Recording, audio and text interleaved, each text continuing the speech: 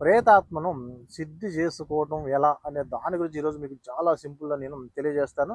ఒక ప్రేతాత్మను మనం ఏ విధంగా వశం చేసుకోవాలి, దాని ద్వారా మనం ఎటువంటి కార్యక్రమాలు చేసుకోవచ్చు అనే దాని గురించి మీకు తెలియజేస్తాను.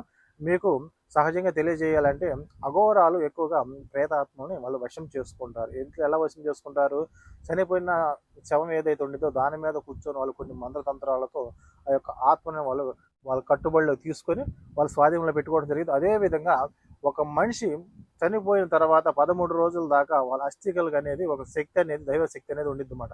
ఈ 13 రోజుల్లో ఎవరైతే ఒక ప్రేతాత్మ మనం వశం చేసుకొని మనకు కావాల్సిన కార్యక్రమాలు జరుపుకోవాలనుకుంటున్నారో అటువంటి వాళ్ళు ఏం చేయాలంటే ఈ 13 రోజుల్లో ఎక్కడైతే అస్థికలను అంటే కాల్చి వేసి ఉంటారో లేకపోతే భూమిలో పాతి పెట్టి ఉంటారో ఈ 13 రోజుల్లో వెళ్ళి మీరు ఆ యొక్క అస్థికలను నుండి ఒక ఎముక అనేది మీరు తెచ్చుకోవాలి.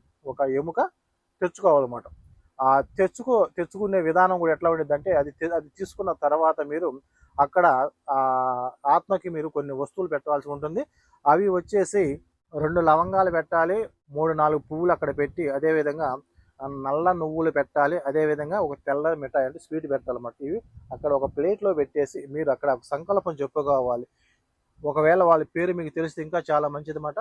నీ యొక్క అస్థికను నేను తీసుకొని వెళ్తున్నాను, నువ్వు నాకు అండగా ఉండి నాకు కావాల్సిన కార్యక్రమం చేసినట్లయితే నేను ఇదే విధంగా మీకు ప్రతిరోజు భోజనం పెడతాం అనేది జరిగిద్దని మీరు చక్కగా ఒక ఆత్మకు మీరు ఒక సంకల్పం, మనం ఏ విధంగా అయితే దైవానికి సంకల్పం చేసుకుంటామో ఆ విధంగా మీరు చేసుకున్నట్లయితే ఆ ఆత్మ అనేది మీ వెనకాల రావటం జరిగిద్ది.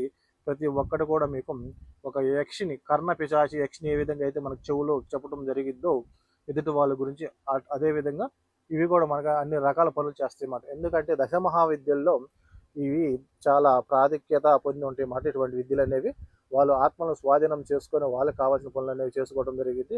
అదేవిధంగా యక్షిణీలు వాళ్ళు సాధనలో వాటిని వాళ్ళు కావాల్సిన అంటే వాళ్ళకు అనుకూలంగా మార్చుకొని వాటి ద్వారా కొన్ని కొన్ని పనులని వాళ్ళు నెరవేర్చుకోవడం జరిగింది అన్నమాట. ఇవి అందరూ చేయలేరు, చేసుకున్న వాళ్ళు కోసం చూస్తున్నారు అనమాట.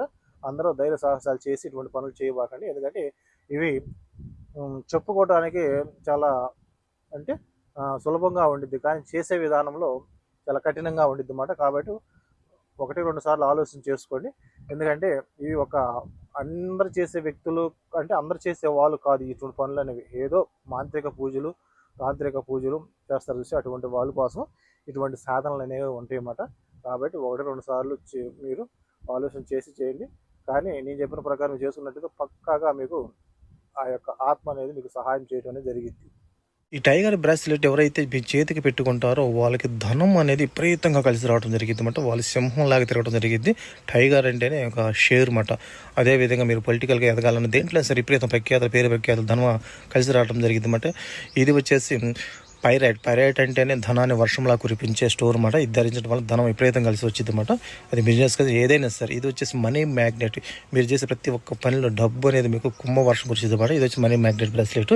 అదేవిధంగా మన దగ్గర చాలా రకాల బ్రాస్లెట్ ఉంటాయి అన్నమాట. మీకు దేనికైనా సరే, పిల్లల స్టడీకి సంబంధించినవి కానీ, లేకపోతే నరదిష్టికి సంబంధించింది కానీ, లేకపోతే లవ్కి సంబంధించింది కానీ అనేక రకాలైన బ్రాస్లెట్ అన్నమాట. 7 చక్రాలు యాక్టివేషన్ అవ్వడం కానీ అన్ని రకాలు ఉంటాయి మన దగ్గర.